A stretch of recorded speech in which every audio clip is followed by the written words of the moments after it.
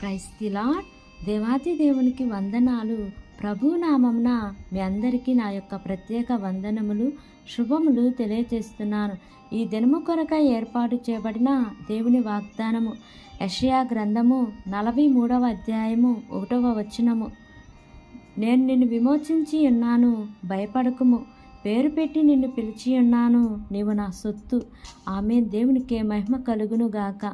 ఈ ఉదయకాల సమయంలో దేవాతి దేవుడు ఈ వాగ్దానం ద్వారా మనందరితో మాట్లాడుతూ ఉన్నారు. నేను నిన్ను విమోచించి ఉన్నాను, భయపడకుము. పేరు పెట్టి నిన్ను పిలిచి ఉన్నాను, నీవు నా సొత్తు అని దేవాతి దేవుడు మాట్లాడుతూ ఉన్నారు. నీ యొక్క పేరు, నీ గురించి దేవునికి తెలుసు. నీ యొక్క పరిస్థితి దేవునికి తెలుసు. నీ యొక్క సమస్యలన్నీ కూడా దేవునికి తెలుసు. కాబట్టి దేవుడు ఈ ఉదయకాల సమయంలో నిన్ను ఆదరించుటకు నిన్ను పేరు పెట్టి పిలుస్తూ ఉన్నారు. నీవు ఏ మాత్రము కూడా భయపడకూడదు.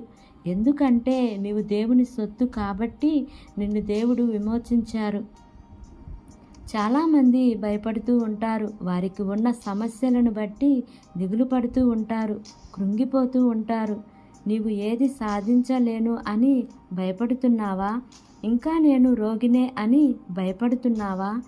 ఇంకా నీ అప్పులు నిన్ను కృంగదీస్తున్నాయి అని భయపడుతున్నావా? ఇక నేను ఓడిపోతున్నాను అని భయపడుతున్నావా? దేవాతి దేవునికి ప్రార్థన చేయి. అప్పుడు దేవుడు నీ అనారోగ్యం నుంచి నిన్ను విడిపిస్తారు.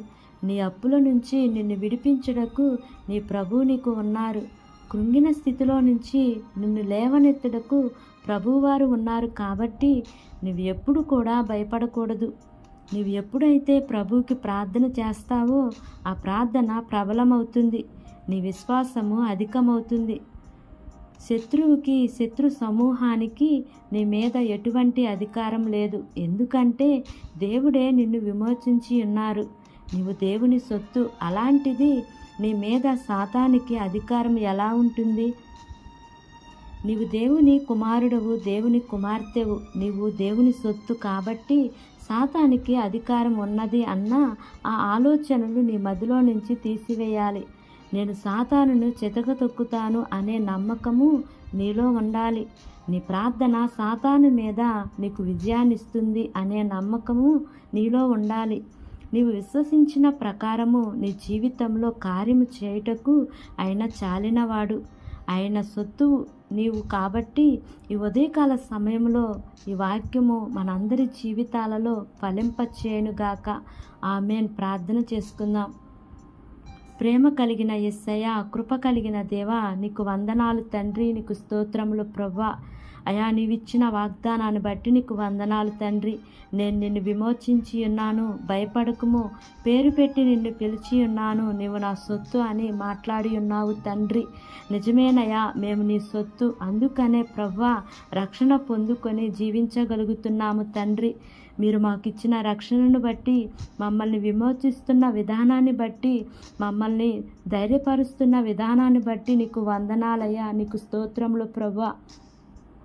ఈ వాక్యమును వింటున్న ప్రతి నీ బిడ్డను స్వస్థపరచండి తండ్రి. వారి బాధల నుంచి, అప్పుల నుండి, ఆర్థిక పరిస్థితుల నుండి, కుటుంబ సమస్యల నుండి, అసమాధానం నుండి, సాతాను బంధకాల నుండి విడిపించండి తండ్రి. నీ బిడ్డలకు తోడుగా ఉండి కృపాక్షేమము కలిగించమని అడుగుచున్నాను ప్రభువా.